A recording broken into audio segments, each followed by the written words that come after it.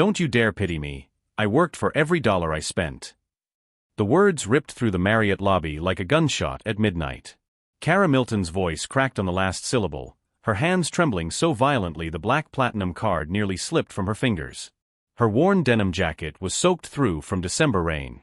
Water dripped onto marble floors worth more than everything she'd owned in her entire life. Griffin Morrowhart couldn't speak. Couldn't breathe. Couldn't process what he was seeing. The bank statement on his phone showed $847.23 in transactions. Target receipts. CVS purchases. Dunkin' Donuts. Grocery bags now scattered across the floor, while hotel security circled like sharks sensing blood in water. But none of that destroyed him. It was the envelope. Brown paper, wrinkled, damp from rain. Inside, $900 in crumpled bills. More money than she'd spent. Bills that smelled like sweat and exhaustion, and something that made Griffin's chest feel like it was caving in. Where did this come from? His voice came out strangled, broken. Kara's jaw tightened. Tears mixed with rain on her cheeks, but her eyes blazed with something fiercer than shame. I told you. I worked. 18 hours. Cleaning offices you probably own. Selling my plasma twice because I couldn't just take. Her voice shattered. 7-year-old Molly stood frozen beside her mother, clutching a stuffed elephant, her new purple coat suddenly feeling like evidence of something neither of them could name. Griffin stared at the money in his hands. Money Kara had earned to pay back charity she'd never asked for. Money that represented 18 hours of labor to preserve dignity while accepting help. And in that moment, staring at receipts that proved she'd bought nothing for herself, donated to a homeless shelter while homeless, then worked herself into collapse to repay what she thought was a debt. Griffin realized the woman standing in front of him had saved his life 15 years ago. She'd given him $20 and told him he mattered when he was a homeless kid ready to give up. And she didn't remember him. She didn't know that the test he designed was never about her. It was always about him. Security stepped closer. Sir, should we leave? Griffin whispered, his vision blurring. Everyone leave. Now. But Kara was already turning toward the door, pulling Molly with her, ready to disappear back into winter rain because that's what you did when you overstayed your welcome in worlds you didn't belong to. Wait, Griffin's voice cracked. Kara, wait. You don't understand. That money from the diner. Patterson. 2010. That was you. Kara stopped walking. And the entire world held its breath. 48 hours earlier, Griffin Morrowhart stood at his corner office window on the 23rd floor, watching Newark wake up in shades of gray and gold. His reflection stared back at him, 41 years old, $8.7 billion in net worth, custom Tom Ford suit that cost more than most people's monthly rent, and a Patek Philippe Nautilus on his wrist worth $340,000. The watch's second hand swept forward with mechanical precision. Tick, tick, tick. Each second another dollar earned. Each minute another small victory in a war he'd already won but couldn't stop fighting. His tech empire had started 23 years ago in a foster care group home with a stolen library computer and desperation that tasted like copper pennies and expired bread. He'd built Morrowhart Global from nothing. Artificial intelligence solutions for healthcare systems, predictive analytics for pharmaceutical companies, machine learning algorithms that saved lives and made billions. Now he owned a penthouse in Jersey City with floor-to-ceiling windows overlooking Manhattan. A vacation home in the Hamptons where sand cost more per square foot than gold. Another property in Aspen that he'd visited exactly twice in 4 years. His car collection was worth $4.2 million. His art collection twice that. His wine cellar contained bottles older than some of his employees. And every single morning, he woke up feeling like a man drowning in 3 inches of water. The office around him screamed success in a language only money spoke fluently. Imported Italian marble. Herman Miller chairs. A conference table carved from a single piece of walnut. Smart glass that tinted automatically when the sun hit too directly.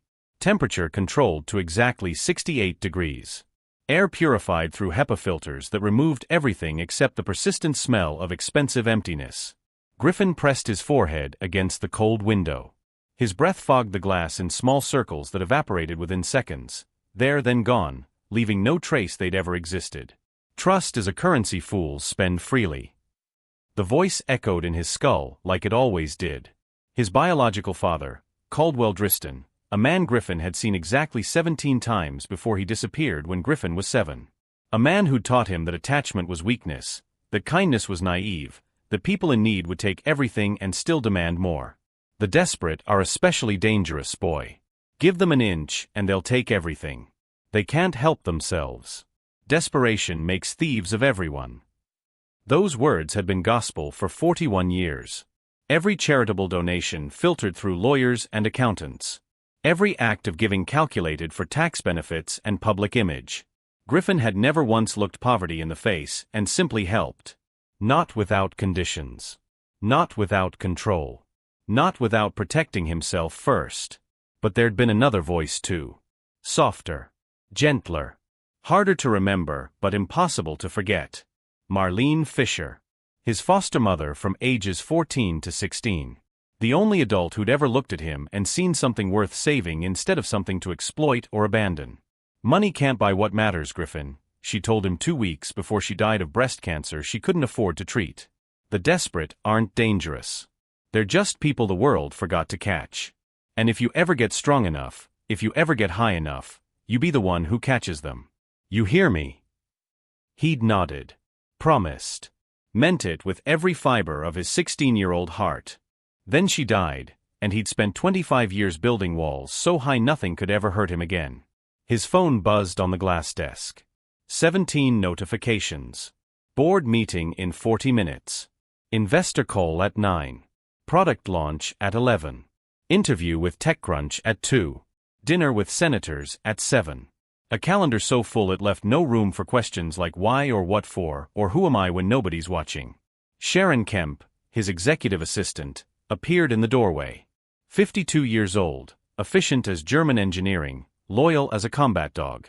She'd worked for Griffin for 11 years and still called him Mr. Morrowhart. Your car is ready, she said, voice clipped, professional. Traffic patterns suggest we leave in the next 4 minutes to make the board meeting on time. Griffin didn't turn from the window.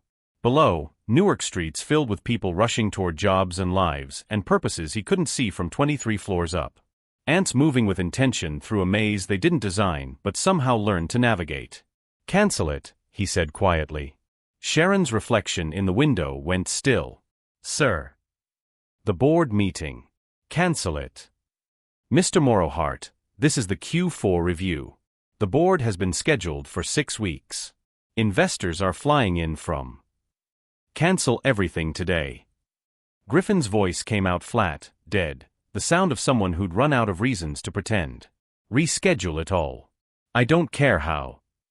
May I ask why? Griffin watched a homeless man below arrange cardboard boxes into some semblance of shelter against the December cold. Watched commuters step around him without breaking stride. Watched the world flow past suffering like water around a stone. I need to find something, Griffin said. Find what, sir? Someone who still believes people are good. Someone who proves my father was wrong. Someone who shows me there's still something worth believing in. But what he said was, I'll know it when I see it. Sharon's silence lasted exactly 7 seconds, Griffin counted. Then, should I have your driver wait? No. I'm walking today. Sir, it's 34 degrees and... Sharon. Griffin finally turned to face her. When's the last time I walked somewhere? Actually walked. Without a car or a driver or a security detail. When's the last time I felt weather? Sharon's professional mask slipped for half a second, revealing something that might have been concern or pity or recognition that her boss was finally cracking under the weight of his own success. I don't recall, Mr. Morrowhart. Exactly. Griffin grabbed his $8,000 Loro Piana cashmere overcoat. I'll have my phone. Don't call unless the building's on fire. And if the board. Tell them I'm conducting field research on human behavior. Griffin almost smiled. They'll think it's brilliant or insane. Either way, they'll wait. He walked past Sharon, through the executive suite with its cathedral ceilings and reverent silence, past employees who straightened instinctively when he approached like subjects before a king. The elevator descended 23 floors in 47 seconds. Griffin watched the numbers drop and wondered when counting everything had become easier than feeling anything. The lobby doors opened onto Market Street, and December air hit him like a slap of reality. Cold. Sharp. Alive. His breath came out in visible clouds. His fingers already numbing despite Italian leather gloves. This was weather. This was real. This was what life felt like when you weren't insulated by wealth so vast it became its own form of sensory deprivation. Griffin turned toward Port Authority bus terminal, 6 blocks away, for reasons he couldn't articulate but felt in his bones. Marlene's voice whispered, "Be the one who catches them." His father's voice sneered, "They'll destroy you." And somewhere between those two philosophies, Griffin Morrowhart walked into winter cold, searching for proof that one of them was right. He just didn't know which one yet. Kara Milton had stopped apologizing for existing exactly 6 months and 4 days ago. She'd counted the days like a prisoner marking walls. 183 nights since she'd fled her husband's fists with nothing but her daughter, a stuffed bear, and the clothes they'd been wearing. 183 mornings waking up on concrete that never stopped being cold no matter how long you lay on it. Now she sat against the terminal wall near the Orange Line entrance, arms locked around 7-year-old Molly Curtis like a fortress built from broken bones and desperate love. The child slept with her head on Kara's shoulder, wheezing slightly, soft rattling breaths that Kara had learned to measure like a countdown timer to catastrophe. Molly's inhaler sat in Kara's jacket pocket. 3 doses left. Maybe 4 if she was careful. Maybe 3 days of breathing if the cold didn't get worse and anxiety didn't trigger an attack and the universe decided to show mercy for once in its miserable existence. The prescription refill cost $340. Kara had $11.23 in crumpled bills stuffed in her sock, the only place pickpockets didn't check. $328.77 to go. Her cardboard sign rested against the wall beside them. She'd made it from a box someone had discarded outside Target, written with a Sharpie borrowed from a shelter worker who'd looked at her with pity Kara couldn't afford to acknowledge. Former nurse. Lost everything. Anything helps. God bless. Kara had been a pediatric nurse at St. Barnabas Medical Center for 6 years. Bachelor's degree in nursing from Rutgers. Top 15% of her class. Employee of the month 4 times. Specialized in neonatal care. Had held newborns weighing less than 2 pounds and thought she was doing holy work. Then Dr. Turner Vailcrest started falsifying patient records to inflate surgical fees. Billing insurance companies for procedures that never happened. Prescribing unnecessary treatments to babies whose parents trusted him with their children's lives. And Kara had reported him. 2 weeks later, she was fired for performance issues.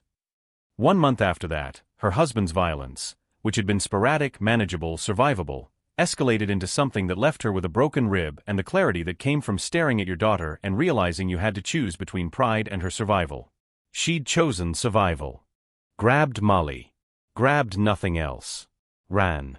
Her sister had taken them in for 3 months until her sister lost her own apartment. A friend from nursing school let them crash for 6 weeks until her boyfriend said they had to go. The Raymond Boulevard shelter gave them space when available, which wasn't often enough. Now? 6 months homeless. Rotating between this terminal and shelter spaces and the overpass on McCarter Highway when weather wasn't actively trying to kill them. Kara's fingernails were clean, she made sure of that, scrubbing them raw in terminal bathrooms every morning because she'd been raised to believe cleanliness was dignity and dignity was the last thing poverty could take from you. But they were ragged. Broken. Split from cold and stress and 6 months of surviving with hands that used to save lives and now couldn't save her own daughter from wheezing through broken sleep on terminal floors. Her hair, natural, thick, dark brown, was pulled back in a bun so tight it gave her headaches. But headaches were better than looking homeless. Looking desperate. Looking like someone who'd given up. Because she hadn't given up. She'd just run out of options that didn't involve begging. The terminal filled with Monday morning commuters. Suits and briefcases and purposeful strides. Headphones and smartphones and the universal armor of people who had somewhere to be. They flowed around Kara and Molly like water around rocks, barely seeing them, certainly not acknowledging them. Invisible. That's what poverty did. It turned you into furniture. Background noise. A problem someone else should solve. A businessman walked past. Expensive coat, leather shoes, the kind of watch that cost more than Kara used to make in 3 months. He dropped a dollar bill without breaking stride. Didn't look. Didn't make eye contact. Just dropped it like you drop trash in a bin and kept walking. Kara picked it up. Smoothed it. Added it to the pile in her sock. $12.23. Molly stirred against her shoulder. Her butterfly hair clip, plastic, dollar store, the only pretty thing she owned, was coming loose. Kara adjusted it gently, careful not to wake her. The child needed sleep more than she needed to be awake for another day of watching the world ignore them. Mama. Too late. Molly's eyes fluttered open, brown beautiful, too wise for 7 years old. She'd learned things no child should know. That homes weren't permanent. That food wasn't guaranteed. That her mother's love was the only constant in a universe designed to disappoint. I'm here, baby, Kara whispered, pulling her closer. My chest hurts. Molly's voice came out scratchy, thin. It's hard to breathe. Kara's heart stopped. Stopped again. She reached into her pocket, pulled out the inhaler, shook it. The rattle of medication inside sounded like counting down to an execution. I know, sweetheart. Here. She helped Molly position the inhaler, pressed the canister, watched her daughter inhale the medication that cost more than rent, more than food, more than anything except the oxygen it provided. Molly's breathing eased slightly. Not much. Not enough. But some. 2 doses left. Maybe 3 days. Kara kissed the top of Molly's head, breathing in her daughter's scent, baby shampoo from the shelter, cold terminal air, and underneath it all, something uniquely Molly. Something that smelled like hope refused to die. You're going to be okay, Kara whispered, not sure if she was lying or praying or both. Molly clutched Mr. Buttons, her teddy bear, worn threadbare, one eye missing, stuffing coming out of a shoulder seam Kara had stitched and restitched with dental floss because she couldn't afford thread. The bear had been a gift from Kara's mother before she died. Before everything fell apart. Before the world revealed itself as something cold and sharp and indifferent to suffering. Mama, are we going to be okay? Molly asked, her voice small enough to break hearts that actually worked. Kara swallowed the sob, trying to claw its way out of her throat. Yes, baby. We're going to be okay. Mama promises. Promises she had no idea how to keep. Promises that tasted like lies. Promises she kept making anyway because what else did she have? Another commuter. Another dollar. $13.23. Kara leaned her head back against the cold terminal wall and closed her eyes. Exhaustion lived in her bones now. Not the kind that sleep fixed. The kind that came from 6 months of hypervigilance. 6 months of sleeping with one eye open. 6 months of measuring every dollar, every meal, every inhaler dose like you were defusing a bomb. She thought about her nursing degree gathering dust in some storage unit she couldn't afford to access. Thought about the life she'd built being dismantled by one abusive husband and one corrupt doctor and one system that protected men with money over women with principles. Thought about Molly growing up thinking this was normal. That sleeping on floors and begging for dollars and rationing medication was just how life worked. I'm sorry, Kara whispered to her sleeping daughter. I'm so sorry. Sorry for what? The voice came from directly in front of her, male, deep, expensive sounding. Kara's eyes snapped open, arms instinctively tightening around Molly because men who stopped to talk usually wanted something and she had nothing left to give. And standing there, blocking the fluorescent terminal lights, was a man in a cashmere coat worth more than everything Kara had owned in her entire life. Griffin Morrowhart stopped walking for reasons that made no logical sense. He'd passed 17 homeless people in 6 blocks. Passed them the way everyone did, eyes forward, pace steady, practiced invisibility that came from living in cities where suffering was architecture you learned to navigate around. But something about this woman made him stop. Maybe it was the way she held her daughter, not loosely, not casually, but with the desperate precision of someone who'd learned that letting go meant losing everything. Maybe it was the intelligence in her exhausted face, the careful speech pattern he'd heard when she whispered to her child, the clean fingernails that spoke of dignity maintained despite circumstances designed to strip it away. Or maybe it was the way she'd apologized. I'm sorry. 2 words that shouldn't have reached him through 6 blocks of emotional armor and 41 years of practiced cynicism. But they did. Sharon was still trailing 3 steps behind, her efficient presence a reminder of schedules and obligations and the life he was supposed to be living instead of standing in a bus terminal staring at poverty like it was a museum exhibit. Mr. Morrowhart, Sharon said quietly. "Your board meeting. Wait here." Griffin approached slowly. His Berluti shoes, $2, 800, handmade in Italy, leather so soft it felt like walking on clouds, clicked against dirty tile. Each step cost more than the dollars in this woman's cardboard sign cup. The woman looked up. No performance in her eyes. No rehearsed desperation. No manipulation or practiced plea.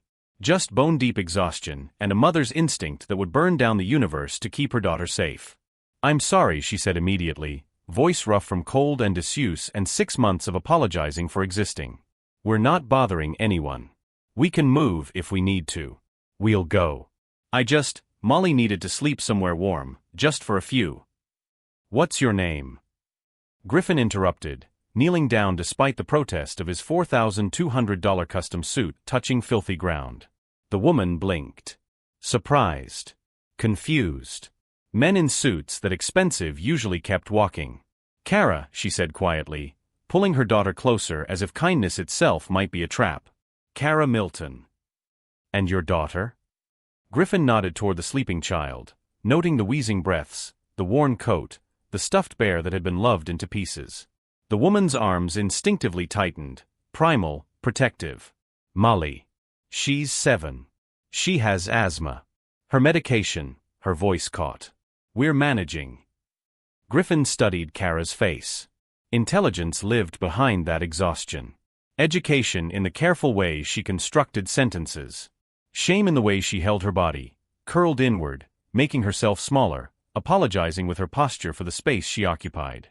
This wasn't someone born into poverty. This was someone who'd fallen from higher ground and couldn't find footing on the way down. "How long have you been out here?" Griffin asked, his voice gentler than he'd expected. Shame flickered across Kara's features like a match struck in darkness. 6 months. We had an apartment until June. Then, things happened. Now we rotate between here and the Raymond Boulevard shelter when they have space." She swallowed. "We're not lazy. I worked. I had a career. I was a nurse at St. Barnabas. But I made some choices that," her voice cracked. "I'm a good mother. I take care of her. I just need time to." "I know," Griffin said softly, cutting off the justifications that poverty forced people to perform. "I can see that. You're a good mother. Anyone with eyes can see that." Kara's eyes filled with tears she refused to let fall. 6 months. A 7-year-old child sleeping on terminal floors for 6 months, while thousands of people walked past every single day. While Griffin Morrowhart made his next billion and complained about the emptiness of success. His father's voice whispered warnings. "Don't be a fool. She'll manipulate you. She'll take everything." Marlene's voice whispered something different. "Be the one who catches them." Sharon cleared her throat impatiently behind him. "Mr. Morrowhart, we really must." Griffin raised one hand, silencing her without breaking eye contact with Kara. His heart pounded against his ribs like it was trying to escape the cage of his chest. His hands felt cold despite the gloves. His breath came short. This was it. This was the moment. Test his father's philosophy or prove Marlene's faith. Find out once and for all whether the desperate really were dangerous or whether they were just people the world forgot to catch. Griffin reached into his coat pocket, pulled out his wallet. Kara's eyes widened slightly, probably expecting $20 if the universe felt generous.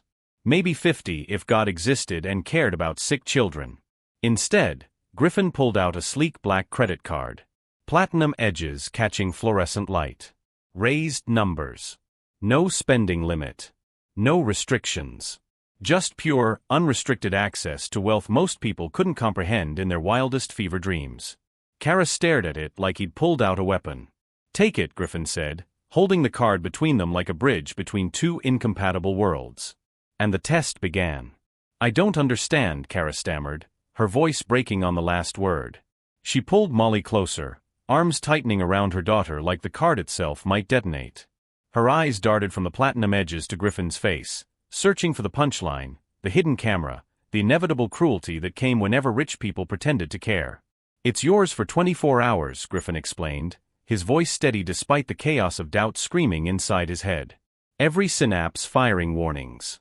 Every survival instinct he'd honed over 41 years telling him to put the card away, walk back to his Range Rover, return to the office where money made sense and people couldn't hurt you. Buy whatever you want. No limits. No questions. No conditions. Kara's hands began to tremble violently. The card hovered between them like a grenade with the pin pulled. Sir, this has to be some kind of sick test. Rich people don't just hand out credit cards to people like me. People like me. The phrase hit Griffin like a fist to the solar plexus. People like me. As if poverty was an identity instead of a circumstance. As if homelessness was a character trait instead of a failure of systems designed by people like him who never had to sleep on terminal floors. I want to see something, Griffin said, and for the first time in years, maybe ever, he spoke complete truth without calculation or strategy or concern for how it made him look. I want to see what someone with nothing does when given everything. I want to test something I was taught as a child. Prove it right or prove it wrong. He pressed the card into her palm before his brain could override his heart. Her fingers were ice-cold, rough from exposure, shaking like leaves in a winter storm. He could feel her pulse through her skin, rapid, terrified, disbelieving. Why me? Kara whispered, and tears pooled in eyes that had cried themselves empty months ago. Eyes that had seen too much, survived too much, lost too much. Why would you don't know me. You don't know what I've done, what happened, why I'm. Griffin looked at Molly, still sleeping against her mother's shoulder despite the cold, despite the noise, despite the absolute instability of her entire world. The child's wheezing breaths rattled in her small chest. Her butterfly clip hung crooked in her hair. Her worn coat had a broken zipper and stains that wouldn't come out no matter how many times Kara washed it in shelter sinks. He thought about his own childhood. Foster homes that smelled like cigarettes and desperation. Group homes where survival meant learning to sleep with one eye open. A woman named Marlene Fisher who'd looked at him and seen something worth saving instead of something to exploit. And he thought about another woman, 15 years ago, who'd given him $20 outside a diner in Patterson when he was a homeless 16-year-old kid ready to give up on everything. Who'd sat down across from him and said words that had saved his life. You matter. Don't you forget that. He'd searched for her for 15 years. Hired investigators. Combed social media. Gone back to that diner 100 times. Never found her. Because I'm tired of assumptions, Griffin said quietly, his throat tight. Because I want to believe there's still something good left in people who've lost everything. Because maybe proving that will prove something about myself too. Griffin stood up, his knees aching from kneeling on frozen tile that had leached all warmth from his body. His $4,200 suit probably had stains now. His $2,800 shoes definitely had scuffs. None of it mattered. 24 hours, he repeated, looking down at Kara who stared up at him like he descended from another planet. Spend whatever you want. There's no pin. Just sign your name. I'll find you here tomorrow morning. Same time. Same place. Sharon Kemp looked physically ill. Her professional composure cracked at the edges, revealing something between horror and disbelief. Mr. Morrowhart, this is highly irregular. We should establish legal parameters. Liability protections. At minimum, documentation of. No parameters, Griffin said firmly, his eyes still locked on Kara. No protection. No contracts. No lawyers. Just trust. The word felt foreign in his mouth. Trust. He'd spent decades avoiding it like a terminal disease. His father had taught him trust was currency fools spent freely. That vulnerability was weakness. That every person with empty pockets had hands that would steal if given the chance. But Marlene had taught him different. Had shown him that sometimes the only thing separating someone from success was a single person willing to catch them when they fell. And now Griffin would find out which one of them had been right. Kara opened her mouth to speak, but no sound came. She just clutched the card like a lifeline thrown to someone drowning in an ocean with no shore in sight. Her hands shook so violently the platinum edges caught fluorescent light in stuttering flashes. Griffin turned and walked toward the terminal exit. Each step felt heavier than the last, weighted with the certainty that he'd either done something extraordinary or spectacularly stupid. Sharon followed 3 steps behind, her silence more judgmental than words. His Range Rover waited at the curb, driver standing at attention. Griffin climbed into the back seat, Sharon beside him, the leather interior suddenly feeling like a coffin lined with expensive materials. "She'll drain your account." His father's voice whispered through his skull like smoke through cracks. "She'll disappear into the night." "You're a fool, Griffin. A sentimental, naive fool who just gave a stranger access to everything you've built." But Marlene's voice whispered something different, softer, harder to hear but impossible to ignore. "What if she doesn't?" Griffin pulled out his phone with shaking hands, opened his banking app. The credit card was linked to his personal account, $340 million in liquid assets, enough to buy a small country or destroy a trusting idiot. He could track every transaction in real time. Every purchase. Every location. Every choice she made. The app loaded. Account balance, $340,127,843.19. Transaction history, empty for the last 12 hours. The card sat unused, waiting. "Drive," Griffin told his driver, his voice distant, disconnected from his body. But as the Range Rover pulled away from Port Authority, Griffin couldn't stop watching Kara in the rearview mirror. Still frozen on the ground. Still staring at the card like it might vanish if she blinked. Still holding her daughter like the world might try to take her. And somewhere deep in Griffin's chest, something cracked. Something that had been frozen for 41 years. Something that felt dangerously close to hope. What Kara does next will either restore your faith in humanity or confirm your worst fears about desperation. Most people never get to see what happens when someone with nothing is given everything, but you will. If this test is already pulling at something in your chest, subscribe now. Because what she buys first. It's not what you think. And if you're not subscribed when the truth drops, you'll be the only one who missed it. The Range Rover turned onto Market Street, and Kara disappeared from view. The clock started counting down. 24 hours to prove or destroy everything Griffin wanted to believe about humanity. 24 hours to find out if his father's cynicism or Marlene's faith had been right all along. 24 hours until Griffin Morrowhart discovered that the woman sitting on that terminal floor had saved his life 15 years ago. And she didn't remember him at all. Kara sat frozen for 11 minutes after Griffin left, staring at the black platinum card like it might sprout teeth and bite her. Her thumb traced the embossed letters. Griffin Morrowhart. The name felt heavy in her mouth, tasted like old money and impossible kindness and tricks that men in expensive coats played on desperate women. She turned the card over. No phone number. No instructions. No fine print explaining the conditions that always came with gifts from strangers. Just smooth black plastic that caught the terminal lights and reflected her face back at her. Gaunt, exhausted, terrified. 24 hours. That's what he'd said. Spend whatever you want. Kara's hands shook so violently she nearly dropped the card twice. This had to be a trap. A test. Some sick social experiment where rich people humiliated the poor for entertainment. Any second now, cameras would appear. Security would drag her away. Someone would laugh and explain she'd been stupid enough to believe kindness existed. But the card stayed solid in her palm. Real. Impossible. Terrifying. Molly woke up fully, rubbing her eyes with small fists. "Mama? What's that?" "I don't know, baby." Kara's voice cracked around the edges, threatening to splinter completely. I think it might be a miracle. Or a trap. I can't tell which." "What's it for?" "Shopping," he said. "The man said we could go shopping." Molly's eyes widened, brown and beautiful and too wise for 7 years old. "Real shopping? Like in stores? With carts and everything?" Kara's throat tightened until breathing hurt. Her daughter didn't remember what real shopping felt like. Didn't remember walking through aisles without counting every dollar 3 times. Didn't remember choosing things because you wanted them instead of because you were trying to calculate which would keep you alive longest.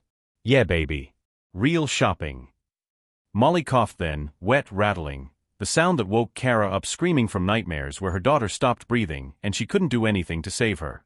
The inhaler came out of Kara's pocket automatically. She shook it. The rattle inside sounded like a timer counting down. 2 doses left. Maybe 3 days if the cold didn't get worse. Maybe 2 if anxiety triggered an attack.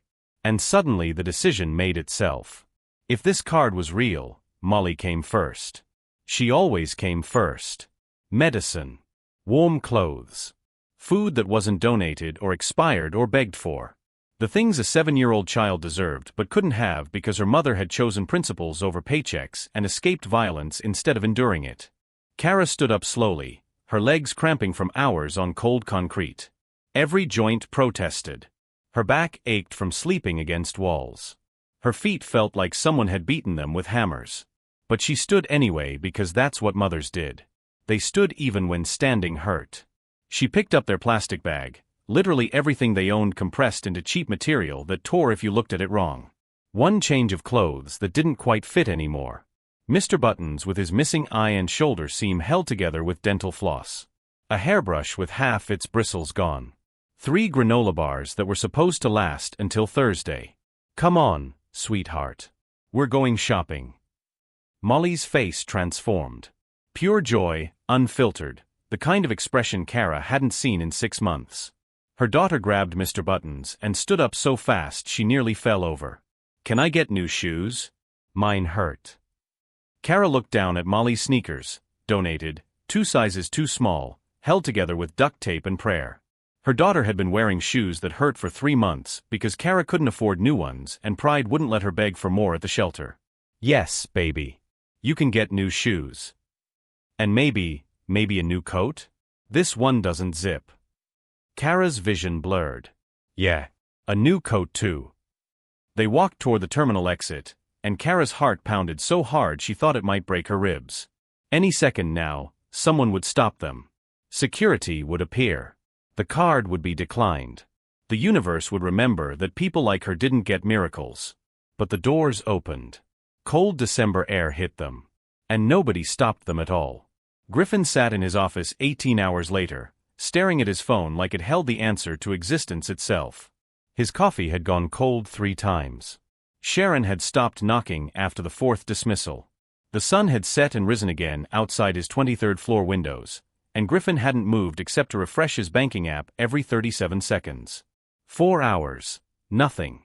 Midnight came and went on his sleepless night. 1 a.m. 2 a.m. 3 a.m. Still nothing. The transaction history remained empty. The card untouched. The account balance unchanged. Why wasn't she spending? Was she afraid? Did she think it was a trap and thrown the card away? Or worse, was she planning something big, waiting for stores to open, preparing to maximize every possible dollar before disappearing forever? His father's voice whispered through the darkness. She's finding the most expensive things. Jewelry stores. Electronics. Cash advances. She's bleeding you dry while you sit here like an idiot believing in human goodness. At 6:23 a.m., his phone finally buzzed. Griffin's hand shot out so fast he knocked over his cold coffee. Brown liquid spread across his glass desk. He didn't care. Transaction alert. Amount, $37.19. Location, CVS Pharmacy, Broad Street, Newark. Time, 6:23 a.m. $37. Not $3,000. Not $30,000. $37 at a pharmacy. Griffin's pulse spiked. He clicked for details, but the app only showed the amount, not what was purchased. Medication? Probably. For her daughter's asthma. The responsible choice. The expected choice. Then another notification vibrated his palm. Transaction alert. Amount, $52.84. Location, Target, Springfield Avenue, Newark. Time, 7:41 a.m. $52. At Target. Clothes, maybe? Supplies? Still practical. Still reasonable. Still nothing like the shopping spree his father had predicted. Then another. Transaction alert. Amount, $28.17. Location, Dunkin' Donuts, Market Street. Time, 8:03 a.m. $28. Breakfast. Coffee and food. Normal things. Human things. Griffin stared at the pattern taking shape on his screen. Small amounts. Practical locations. These weren't the transactions of someone drunk on sudden wealth. These weren't designer stores or jewelry shops or electronics outlets. These were the purchases of someone desperately, carefully, practically surviving. More alerts came throughout the morning. $43 at a grocery store. $67 at Stop and Shop. $15 at a dollar store. Each one modest. Each one measured. Each one nothing like what his father's voice had promised. By 11:47 a.m., the total was $847.23. Less than $900 in 6 hours, with unlimited access to millions. Griffin's hands shook. His throat felt tight. Something was happening in his chest, something that felt dangerously close to hope and terrifyingly close to being wrong about everything he believed for 41 years. What the hell was she buying? Sharon knocked on his office door at 2:15 p.m. "Sir, the board is demanding an explanation for." "Not now." "Mr. Morrowhart, they've been waiting since yesterday. The investors are threatening." "I said not now, Sharon." Another transaction alert lit up his phone. Amount, $67.50. Location, Stop and Shop, Chancellor Avenue.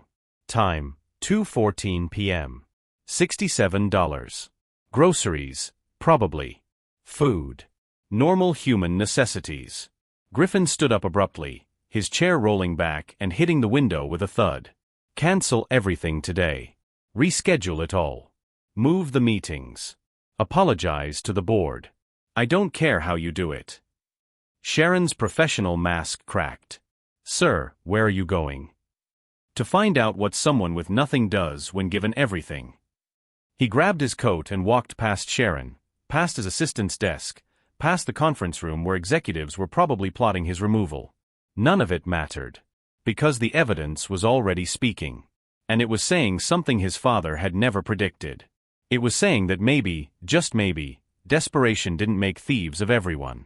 Maybe it just revealed who people really were when the world finally stopped being cruel. Griffin arrived at Port Authority 20 minutes early, unable to wait any longer. His driver had looked at him strangely when he demanded to leave at 7:25 a.m., but Griffin hadn't cared. Sleep had been impossible anyway. He'd spent the night watching transaction alerts appear on his phone like Morse code messages from another world, trying to decode what each small purchase meant about the woman who'd made it. The December morning air bit at his face as he walked through the terminal entrance. Commuters flowed around him, the usual Monday morning crush of people who had places to be and routines that made sense. Griffin felt like he was moving through water, everything slow and distorted and surreal. When he reached the Orange Line entrance where he'd left Kara yesterday, everything had changed. Molly was awake now, sitting beside her mother against the same wall, but transformed. She wore a brand new purple winter coat with a fur-lined hood that made her look like a small, beautiful Eskimo. Her hair had been brushed carefully, pulled back with a small butterfly clip that sparkled under fluorescent lights, catching the glow and throwing tiny rainbows across the dirty tile.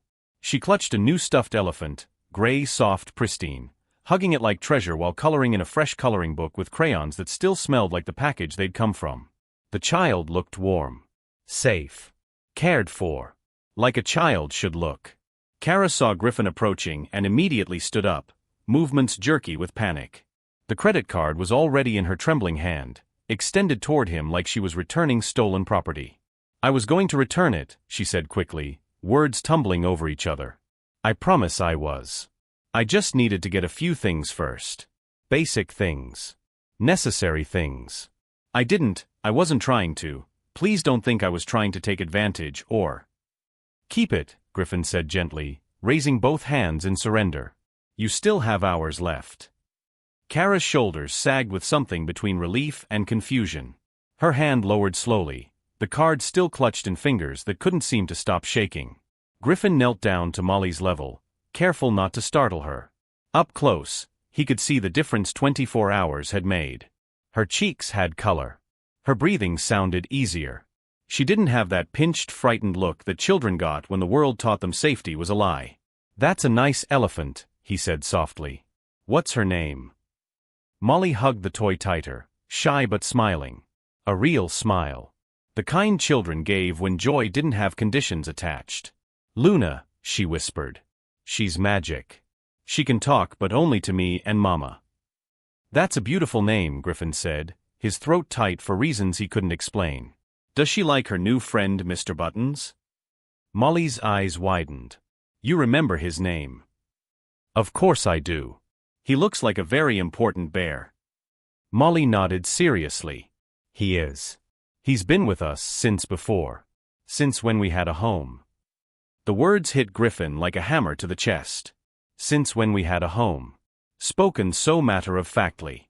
As if losing everything was just a thing that happened, like weather or seasons or other forces beyond human control. He looked up at Kara. What else did you buy? Kara hesitated, then slowly pulled 2 crumpled receipts from her jacket pocket and handed them over like evidence in a trial she was certain to lose. Her hands shook. Her eyes wouldn't meet his. Griffin smoothed the first receipt against his thigh. Target, Springfield Avenue. Timestamp, 7:41 a.m. He read through the itemized list slowly, methodically, his pulse accelerating with each line. Children's winter coat, size 7, $44.99. Children's waterproof boots, size 2, $32.99. Thermal socks, 3-pack, $12.99. Children's underwear, pack of 7, $14.99. Stuffed elephant toy, $16.99. Coloring books, 2 $8.99. Crayons, 24-pack, $4.99. Children's multivitamins, $18.99. Band-Aids, large box, $7.99. Neosporin, triple antibiotic, $9.99. His throat tightened until breathing became a conscious effort.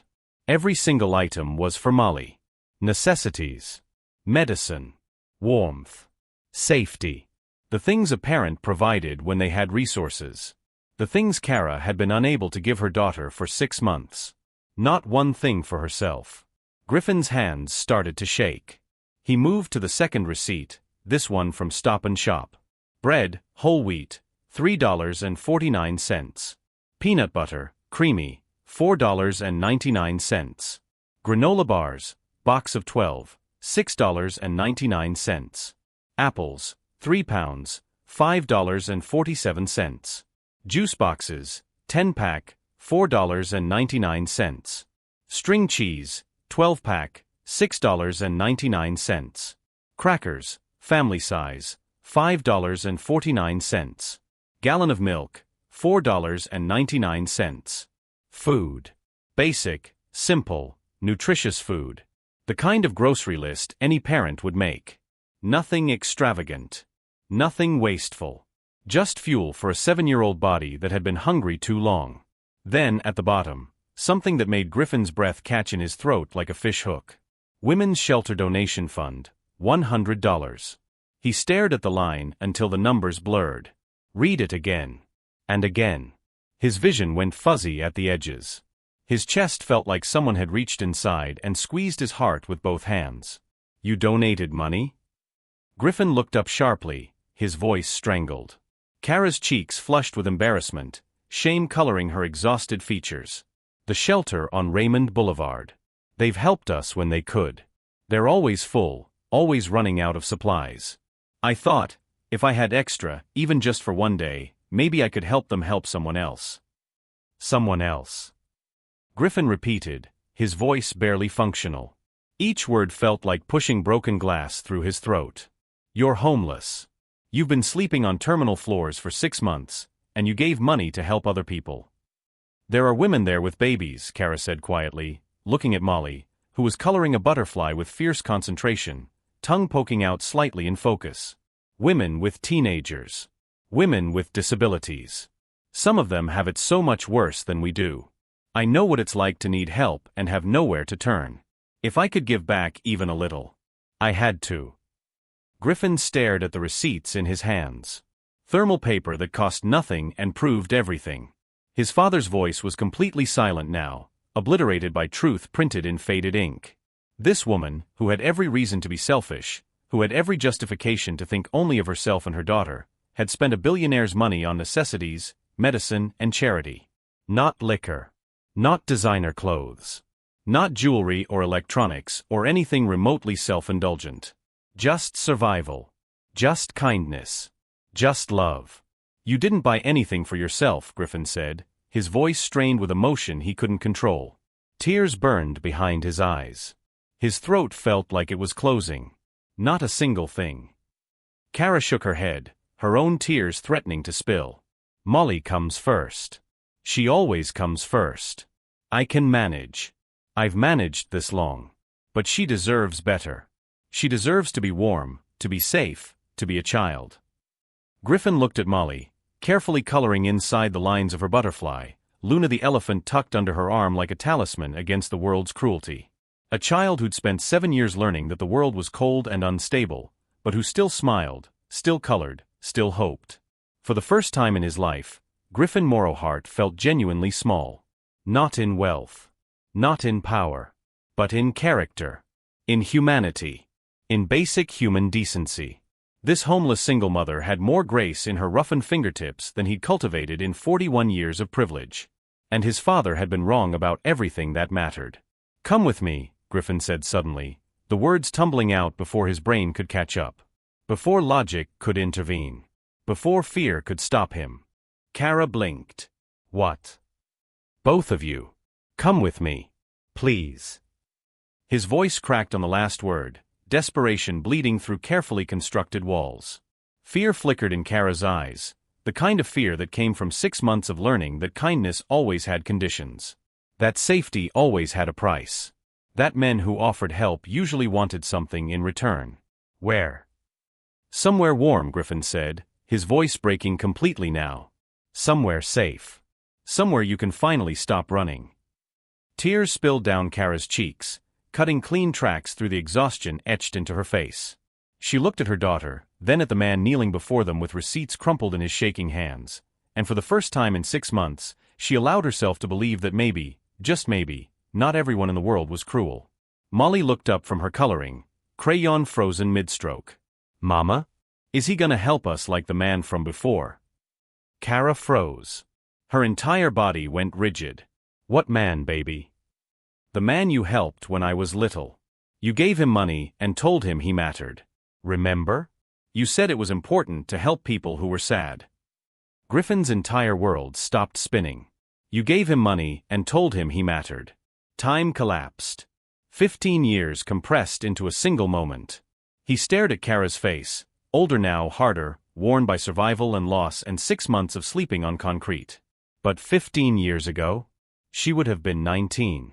A teenager herself, working at some diner, probably barely making rent, and she'd given him $20 outside a restaurant in Patterson when he was a homeless 16-year-old foster kid ready to give up on everything. She'd sat down across from him in that booth, paid for his meal with her own tip money, looked him in the eyes and said, "You matter. Don't you forget that." Those words had saved his life.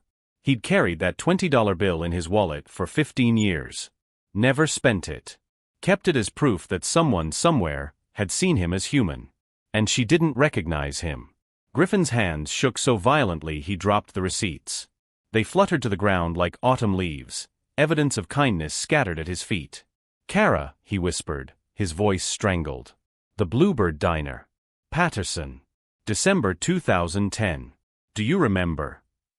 Kara's face changed.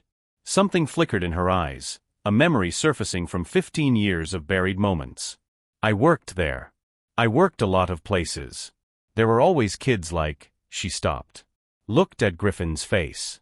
Really looked at him, searching for something familiar beneath 41 years and success and expensive suits. "Oh my God," she breathed. "You were that boy."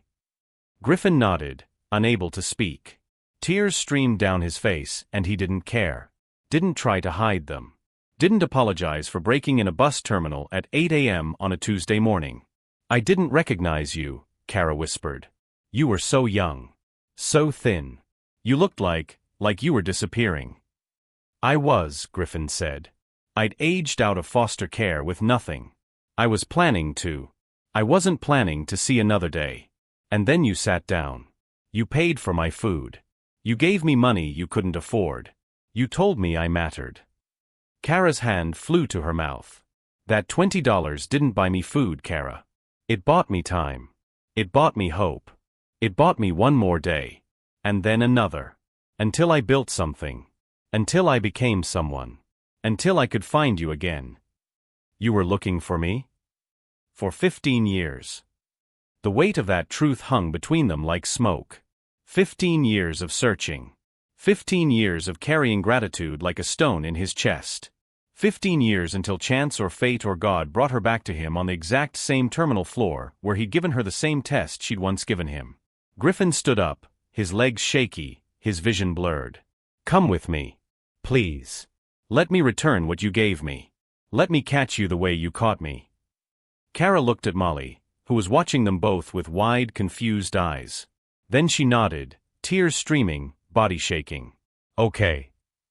Griffin took them to the Marriott Marquis in downtown Newark, not his penthouse in Jersey City. That felt too invasive, too overwhelming. Too much like showing off wealth when what they needed was safety. He booked a corner suite on the 12th floor with 2 bedrooms, a full kitchen, and windows that let in actual sunlight instead of terminal fluorescence. The kind of room that cost more per night than Kara used to make in a week as a nurse. The kind of space that felt impossible when you'd been sleeping on floors. Kara stood in the doorway, frozen, unable to cross the threshold. Her feet wouldn't move. Her body wouldn't cooperate. 6 months of survival instinct screamed that this was too good, too much, too impossible to be real. It's okay, Griffin said gently, his hand on her shoulder, light, respectful, asking permission with touch. This is yours for as long as you need it. No conditions. No expectations. Just safety. Molly, unburdened by adult disbelief, ran inside immediately. Her new boots squeaked on polished hardwood floors that gleamed like mirrors.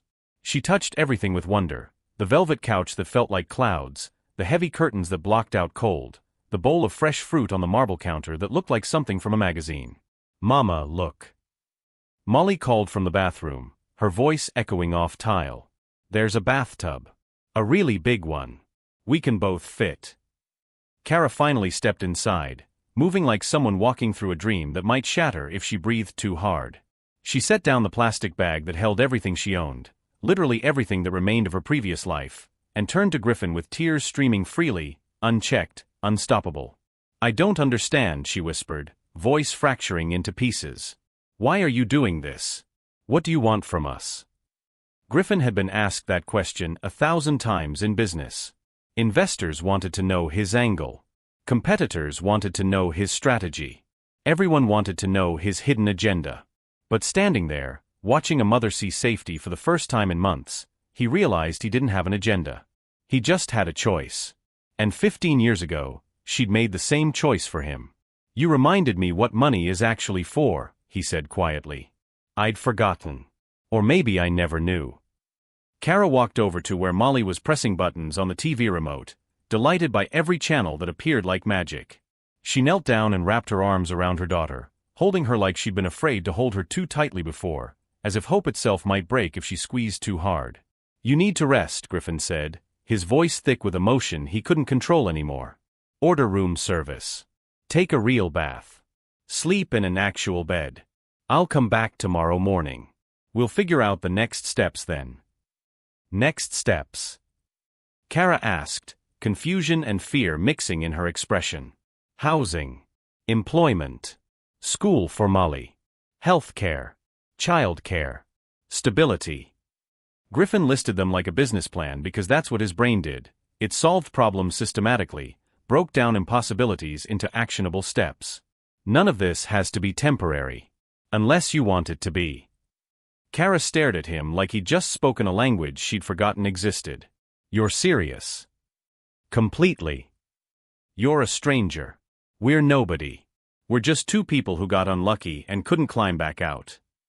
You were nobody, Griffin corrected gently. Now you're someone I care about. Now you matter. Now you have someone who won't let you fall again. Kara opened her mouth to argue, to protest, to explain all the reasons this couldn't be real. But exhaustion won. 6 months of hypervigilance and fear and sleeping with one eye open came crashing down like a building collapsing. She sank onto the couch, her body folding like someone who'd been holding up the sky and could finally let it rest on something stronger. Thank you, she whispered, and the words carried the weight of 6 months of suffering compressed into 2 syllables. If you're sitting there wondering whether you'd have done the same, whether you'd have donated to a shelter while homeless, whether you'd have bought nothing for yourself, then you already know this story is different. Most people will watch this, feel something shift in their chest, and keep scrolling. But the ones who subscribe? They're the ones who understand that stories like this don't just entertain. They change you. And if you're not subscribed by the time you see what Griffin discovers next about who Kara really is, you'll spend days wishing you had been. Griffin didn't sleep that night. Not in his Jersey City penthouse with its floor-to-ceiling windows overlooking Manhattan's glittering skyline. Not in his $15,000 Duxiana mattress that had been custom designed for his exact body specifications. Not with the silence that usually felt like peace but tonight felt like accusation. Instead, he sat at his home office desk and made phone calls. Not to lawyers who'd structure the help into tax-deductible donations. Not to PR teams who'd turn charity into brand building. Not to financial advisors who'd calculate return on investment. But to people who actually helped. Social workers at Newark's Department of Human Services. Housing advocates who knew which landlords didn't discriminate against single mothers with gaps in employment history.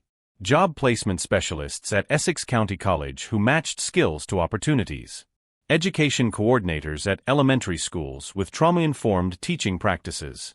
He used his name not as a weapon to intimidate, but as a key to open doors that had been slammed in Kara's face for 6 months. Each call started the same way. This is Griffin Morrowhart. I'm calling about a woman who needs help. Real help. The kind that doesn't come with forms that take 6 months to process while her daughter runs out of asthma medication. Some people hung up, thinking it was a prank.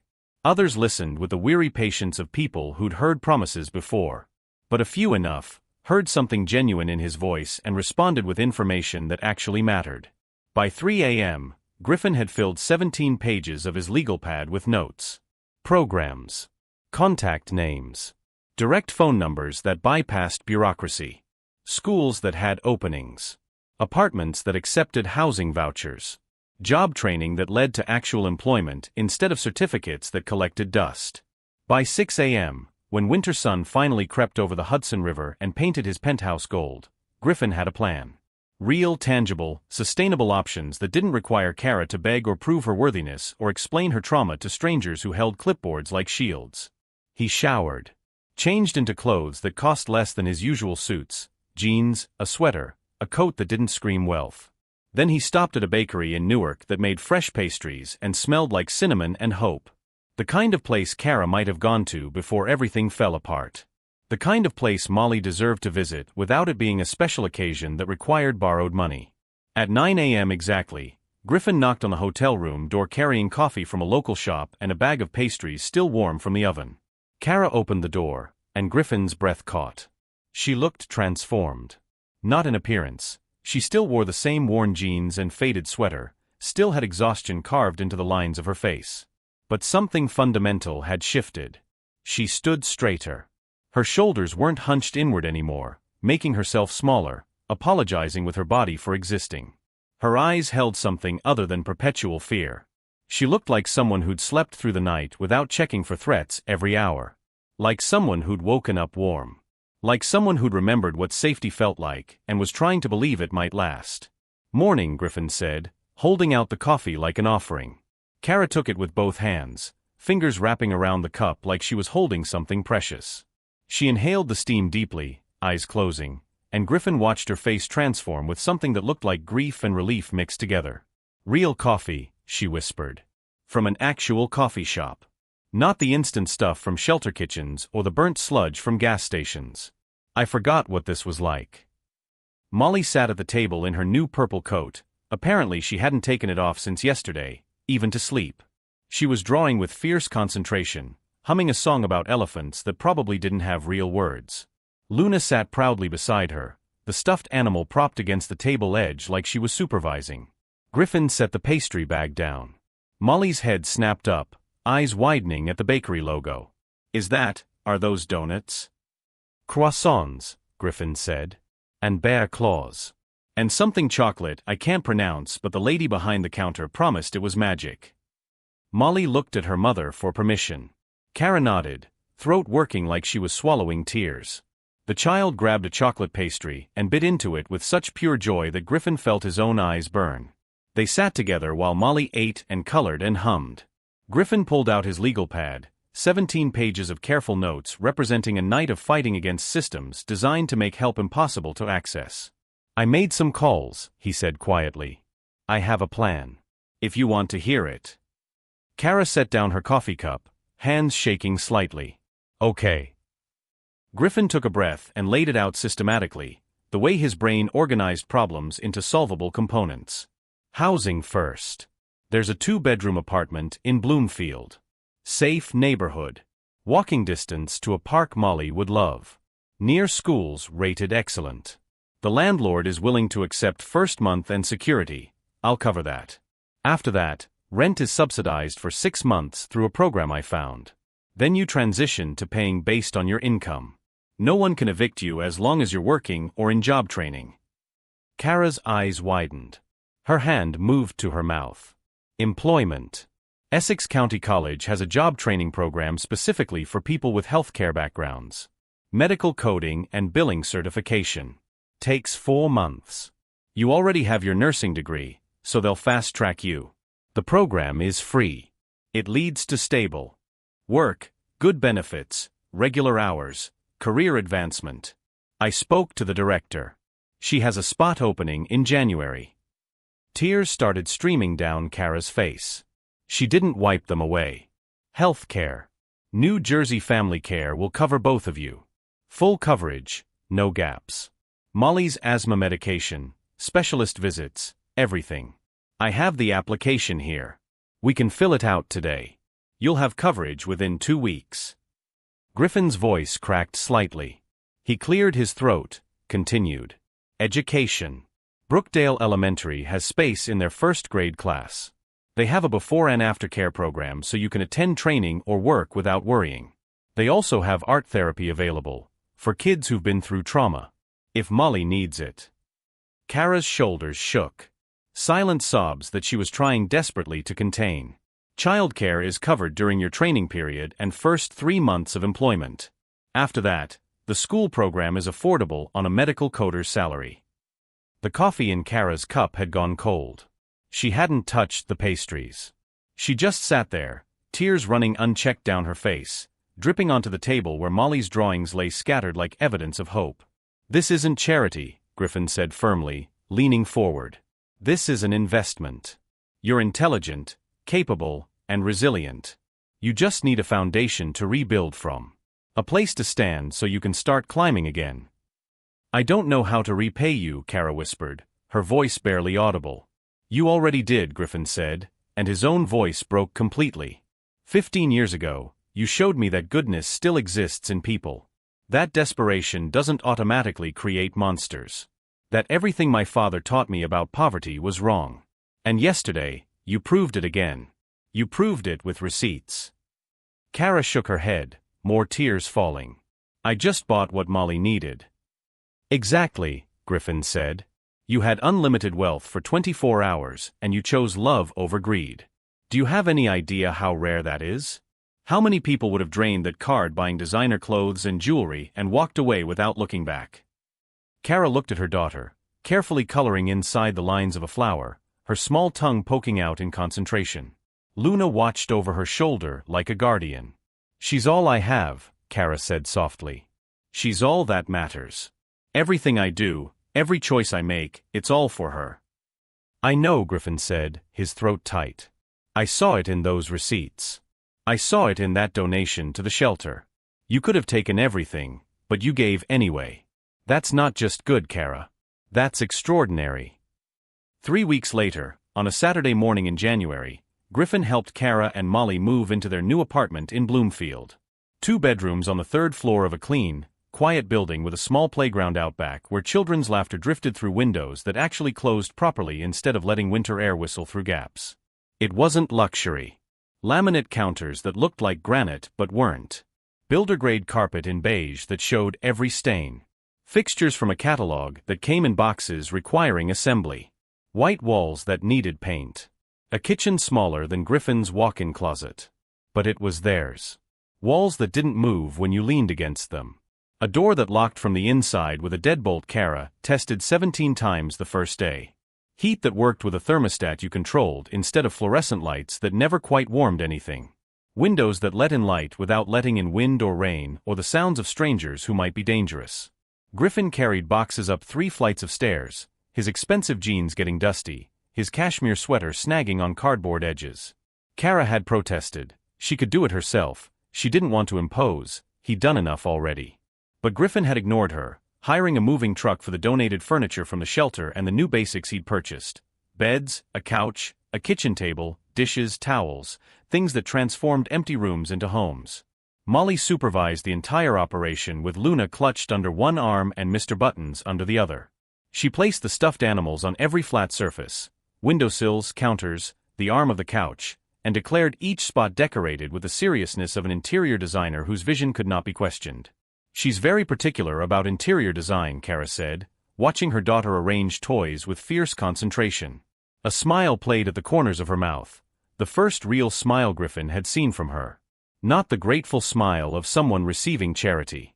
Not the polite smile of someone trying not to seem ungrateful. But a real smile. A mother watching her child be a child again. Griffin didn't mind the supervision or the decorating delays or the fact that he'd spent 4 hours assembling IKEA furniture with instructions that might as well have been written in ancient Sanskrit.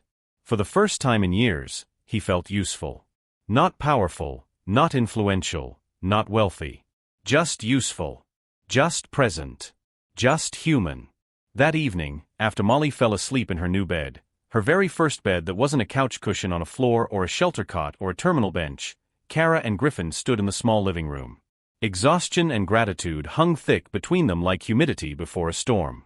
Kara wore jeans that actually fit and a sweater she bought herself with her first paycheck from a part-time job Griffin had helped her secure, data entry at a medical billing company, flexible hours around her training schedule. Her hair was clean, pulled back in a neat bun. Her hands weren't rough and cracked anymore. She looked less like someone surviving and more like someone living. I start the workforce development program Monday, Kara said, her voice still carrying disbelief. Medical coding and billing. Stable work. Good benefits. A real career path. Not just a job, a career. You're going to be incredible at it, Griffin said, and he meant it. He'd seen her intelligence in those first conversations. Watched her problem solve through 6 months of homelessness. Witnessed her make impossible choices with grace. She'd be more than incredible. She'd be extraordinary. Kara looked around the apartment, her eyes glistening in the lamplight from the floor lamp Griffin had assembled wrong twice before getting it right. I keep waiting to wake up back at Port Authority. To realize this was all some elaborate dream I had while freezing on concrete. That none of this is real. It's real, Griffin assured her, his voice firm. It's yours. No one can take it away. The lease is in your name. The utilities are in your name. This is your home, Kara. Not borrowed. Not temporary. Yours. She turned to face him, and tears threatened at the edges of her eyes. Her voice broke around the edges like ice cracking. Why did you choose us? Out of all the people you could have helped, out of everyone in Newark who's struggling, why me and Molly? Griffin had thought about that question every day since Port Authority. He'd analyzed it like a business decision during sleepless nights. Broken it down into logical components during morning coffee. Tried to articulate it to Sharon, who'd looked at him like he'd lost his mind. But the truth was simpler and more complicated than logic. Because you looked at Molly the way someone once looked at me, he said quietly, his throat tight. Before I built my company. Before I had anything. Before I was anyone. Someone looked at me like nothing else in the world existed. Like they'd burned down the universe to keep me safe. He paused, swallowing hard against the emotion threatening to choke him. And I realized I'd spent 41 years believing people like you didn't exist anymore. That desperation made everyone selfish. That poverty destroyed goodness. But you proved all of that wrong with receipts from Target and a $100 donation to a shelter. Kara wiped her eyes, crying openly now. You saved us. No, Griffin said firmly. You saved yourselves. You survived 6 months of hell with your humanity intact. I just removed some obstacles. The strength was always yours. 4 months later, on a warm Tuesday in May, Griffin sat in the audience at Brookdale Elementary's spring showcase watching Molly sing "Somewhere Over the Rainbow" slightly off-key, but with such complete confidence that half the parents in the audience were crying. She wore a yellow dress Kara had made herself in a sewing class at the community center. Her hair was pulled back with butterfly clips. She had a collection now, organized by color. Luna and Mr. Buttons sat in the audience beside Griffin, given their own seats because Molly insisted they needed to see her perform. Kara sat 2 seats over, recording on her phone with shaking hands, tears streaming down her face. She wore scrubs. She'd completed her training program with honors 2 months ago and landed a position at Newark Beth Israel Medical Center with full benefits and regular hours. Her employee badge hung around her neck like a medal. She'd sent Griffin a photo of her first day, standing in front of the hospital entrance, smiling so wide it looked like her face might break, caption reading, "I'm back." Griffin visited often now. Not as a benefactor checking on an investment, but as a friend. Someone who showed up when Kara's sink started leaking and spent 2 hours watching YouTube videos trying to fix it before admitting defeat and calling a plumber. Someone who brought takeout on Fridays when Kara was too tired to cook. Someone who taught Molly how to ride the bike he'd given her for her 8th birthday, running beside her until she found her balance and didn't need him anymore. He learned things about himself he'd never known. That he liked cooking simple pasta dinners in small kitchens more than eating in restaurants where the menu didn't list prices. That children's laughter was better than board meeting applause. That watching someone rebuild their life was more satisfying than watching his stock portfolio grow. That the best investment he'd ever made wasn't in technology or real estate or cryptocurrency. It was 24 hours of trust in a woman who proved that goodness still existed in people who'd lost everything. And in doing so, she'd helped him find something he'd lost too, the belief that money was for more than accumulation. It was for catching people when they fell. Just like she'd caught him 15 years ago with $20 and 5 words he'd never forgotten. On June 15th, 6 months after that first morning at Port Authority, Griffin arrived at Kara's apartment with groceries, a habit he developed without discussing it, just showing up every Saturday morning with fresh fruit and the juice boxes Molly loved and whatever vegetables were in season at the farmer's market. Kara opened the door wearing yoga pants and an old t-shirt, hair piled on top of her head, and Griffin realized this was what comfort looked like. Not the desperate gratitude of those first weeks, but the easy familiarity of someone who'd stopped waiting for the other shoe to drop. "You didn't have to bring anything," she said automatically, but she was already reaching for the bags. "I know. I wanted to." Inside, Molly was at the kitchen table with Luna and Mr. Buttons, drawing what appeared to be a very detailed elephant family.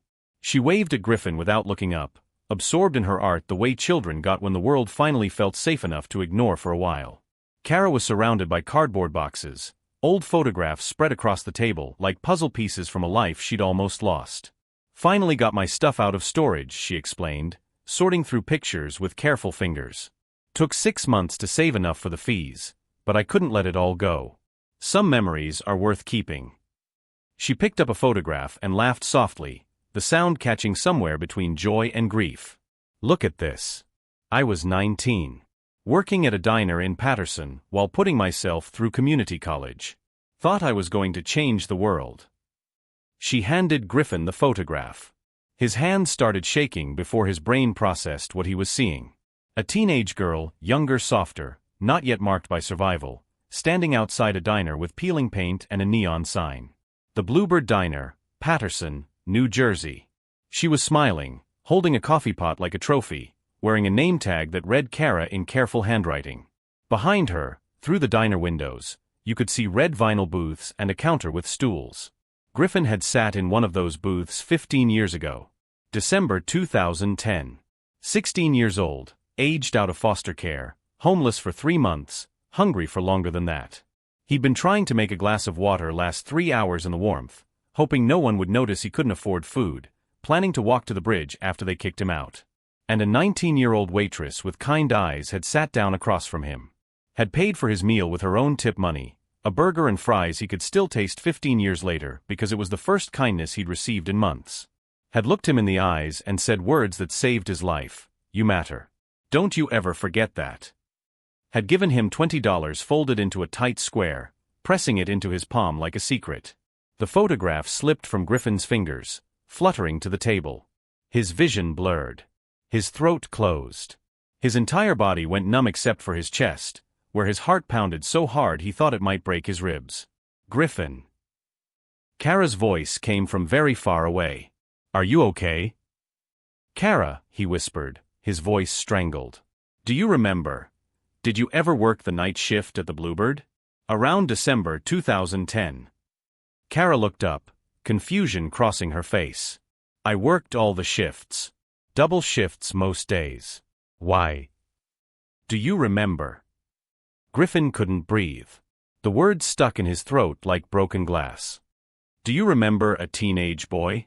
Homeless. Desperate. Sitting in a booth by the window, trying to make water last because he couldn't afford to order. Kara's face changed. Something flickered in her eyes, a memory surfacing from 15 years of buried moments, rising like a body from deep water. There were a lot of kids like that, she said slowly, carefully, like she was walking on ice that might crack. We got homeless teens all the time. I used to pay for their meals when I could. My manager hated it. Said I was enabling them. But I couldn't just let them starve. You gave one of them $20, Griffin said, and tears streamed down his face now, hot and unchecked and carrying 15 years of gratitude he'd never been able to express. You told him he mattered. You told him not to forget. Kara stared at him. Really looked at him. Her eyes traced his face, searching for something familiar beneath 41 years of expensive living and success and the armor wealth built around people. Oh my God, she breathed. You were that boy? Griffin nodded, unable to speak. His hands shook. His whole body shook. I didn't recognize you, Kara whispered, her own tears starting. You were so young. So thin. You looked like you were ready to disappear. I was, Griffin said, his voice breaking completely into pieces. I'd aged out of foster care with nothing. No family. No money. No hope. I wasn't planning to see another day. After I left the diner, I was going to walk to the bridge. Kara's hand flew to her mouth, horror dawning in her eyes. But you sat down across from me, Griffin continued, the words pouring out like 15 years of gratitude compressed into one moment. You paid for my food. You gave me money I knew you couldn't afford. And you told me I mattered. You said, don't you forget that. Like it was an order.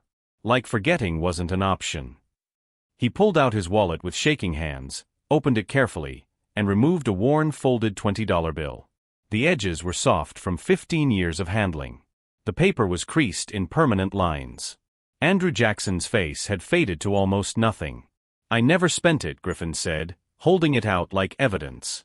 I carried it every single day for 15 years. It reminded me that someone somewhere had seen me as human. Not as a problem. Not as a statistic. Not as something to step over. But as someone who mattered. Kara's shoulders shook with sobs that came from somewhere deep and primal. That $20 didn't buy me food, Kara. It bought me time. It bought me hope. It bought me one more day to keep fighting. And then another day. And another. Until I built something. Until I became someone. Until I could find you again. You were looking for me? Kara asked, incredulous. For 15 years, Griffin admitted. I hired private investigators. I searched every social media platform. I went back to that diner 100 times. But you'd moved on. Changed jobs. Built a life. The manager said you'd quit suddenly, and he didn't have a forwarding address. The trail went cold. He laughed through tears, the sound somewhere between joy and grief. Until you showed up at Port Authority. Homeless. Desperate. In the exact position I'd been in 15 years ago. And I didn't recognize you either. Not until Molly said something about the man you'd helped. Kara stood up abruptly, walked to her bedroom, and returned holding the black platinum card. I kept it, she admitted, blushing through her tears. I know I should have given it back months ago. But I was scared. Scared that if I returned it, all of this would disappear. That it was only real as long as I held onto that piece of plastic. Griffin smiled through his tears. Keep it. I can't. Emergency fund, he said simply. For Molly. For unexpected expenses. For peace of mind. You've proven exactly what you do with it. You've proven I can trust you more than I trust most people I've known for decades. Kara stared at the card, then at him. You really mean that? Completely. She wiped her eyes, laughing through tears. You're the strangest billionaire I've ever met. How many billionaires have you met? Griffin teased. Just you, Kara admitted. But I'm pretty sure you're the strange one. Good, Griffin said. I'd hate to be predictable. 1 year later, on December 16th, exactly 12 months after that first morning at Port Authority, Griffin stood at a podium in the conference center at Morrowhart Global headquarters. The room was packed with hundreds of people, investors in expensive suits, journalists with recording devices, philanthropists comparing donation strategies, politicians calculating photo opportunities, community leaders who'd seen too many promises broken. Behind him, a screen displayed the logo he'd spent 3 months perfecting, the Morrowhart Foundation for Family Dignity. His biological father, Caldwell Driston, wherever his unmarked grave was, would be spinning in it. Griffin gripped the podium edges, his prepared speech forgotten. Instead, he spoke from the raw place in his chest that had cracked open 1 year ago and never quite healed. I was taught that the desperate were dangerous, he began, his voice steady despite the emotion threatening to choke him. That poverty made thieves of everyone. That kindness was weakness waiting to be exploited. I believed that for 41 years. Built an empire on that belief. Made billions protecting myself from people who might need something from me. He paused, scanning the crowd until he found her. Front row. Wearing a simple blue dress she'd bought with her own paycheck from her medical coding position at Newark Beth Israel. Hair styled professionally. Posture confident. Holding her daughter's hand. Kara Milton. No longer homeless. No longer desperate. No longer invisible. Just a mother who'd survived hell and found her footing on the other side. A woman who donated $50 from every paycheck to the Raymond Boulevard shelter. A woman who'd proven that goodness still existed in people who'd lost everything. A woman who'd saved his life 15 years ago with $20 and 5 words. And who'd saved his soul 1 year ago with receipts that destroyed his father's philosophy. Then I met someone, Griffin continued, his throat tight. Someone who had every reason to be selfish, every justification to think only of herself. And she spent a billionaire's money on her daughter's coat, donated to a homeless shelter while homeless herself, and then worked 18 hours to pay back money I'd given freely because she couldn't accept charity without earning it. Murmurs rippled through the crowd. Reporters leaned forward. Cameras flashed. The Morrowhart Foundation for Family Dignity will provide comprehensive support for single parents facing homelessness. Emergency housing. Job training matched to existing skills. Health care. Child care. Education support. But here's what makes us different. No applications that take 6 months to process. No bureaucracy that punishes people for being poor. No degrading processes that strip dignity before offering help. His voice grew stronger. Just immediate support extended with respect to people who've been failed by every other system. Because the desperate aren't dangerous. They're just people the world forgot to catch. Griffin caught Kara's eye during the speech, and she smiled. The kind of smile that said everything words couldn't. Gratitude. Pride. Friendship. Hope. Recognition that they'd both survived different versions of the same hell and somehow found each other on the other side. After the press conference, reporters swarmed with questions about funding and implementation and whether this was a tax strategy. Griffin answered mechanically, his assistant fielding the truly invasive queries, but his attention kept drifting toward the exit. He found Kara and Molly outside near the fountain in front of the building. Molly, 8 years old now, thriving healthy, was trying to catch the fountain spray on her tongue while Luna watched from her backpack. You did it, Kara said, tears streaming down her face. You're really doing this. You're going to help so many families. We're doing this, Griffin corrected firmly. I want you on the foundation board. I want your voice. Your perspective. Your experience. I need someone who's been there. Someone who understands what families actually need instead of what bureaucrats think they need. Kara looked shocked. Me? On a board? Griffin, I don't have any experience with board things. I'm a medical coder. I've been employed for less than a year.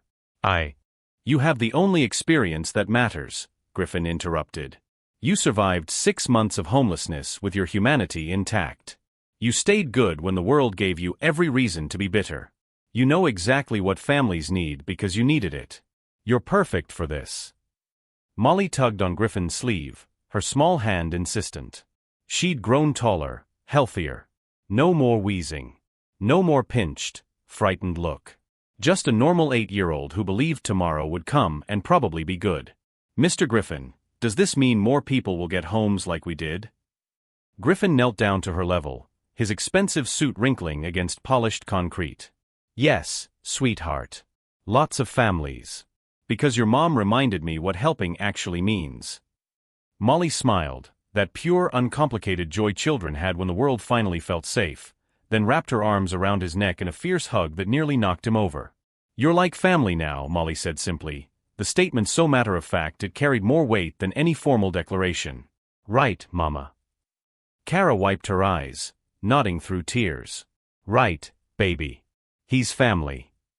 Griffin felt something crack open in his chest, something that had been frozen solid for 3 decades. His biological father had taught him that trust was weakness, that kindness was naive, that the poor would destroy him. But Kara had taught him something different. Something true. That wealth without compassion was just numbers. That power without purpose was just noise. That the richest thing a person could own wasn't money or property or influence. It was the ability to look someone in the eyes and say, I see you. You matter. I'll help you stand. As they walked through Newark together, a billionaire, a single mother, and a little girl clutching a worn stuffed elephant, Griffin realized he'd finally found what he'd been searching for his entire life. Not more money. Not more power. Not more control. Just meaning. Just purpose. Just the knowledge that his existence made someone else's life better. The test I designed for you, Griffin said quietly as they walked, was actually a test for myself. I needed to know if my father was right. If the desperate really were dangerous. If poverty really did make thieves of everyone. Kara smiled, linking her arm through his. And you taught me, Griffin said, that the desperate aren't dangerous.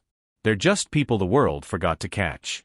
And if you're strong enough, if you're brave enough, if you're human enough, you can be the one who catches them. He looked at Molly, skipping ahead with Luna, no longer afraid, no longer cold, no longer uncertain about whether tomorrow would come. A child who'd learned that sometimes the world was cruel, but sometimes, it caught you before you hit the ground. You caught me 15 years ago, Griffin said. I just took a little while to catch you back. Kara squeezed his arm. We caught each other. And together, they walked into a future neither of them had believed was possible. A future where $20 could save a life. Where receipts could destroy cynicism.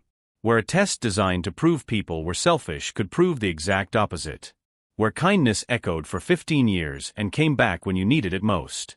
If you made it this far and you're not subscribed, I have to ask, what are you waiting for? This isn't just another feel-good story. This is proof that one person's kindness can echo for 15 years. That $20 can save a life. That receipts can destroy cynicism. That a test designed to prove people are selfish can prove the exact opposite. The people who subscribe aren't just here for stories. They're here because they understand that watching narratives like this changes how you see the world. And if you're not subscribed yet, you'll keep searching for stories like this. But you won't find them. Because this is where they live. So subscribe. Not for me. For the next story that will wreck you in the best possible way.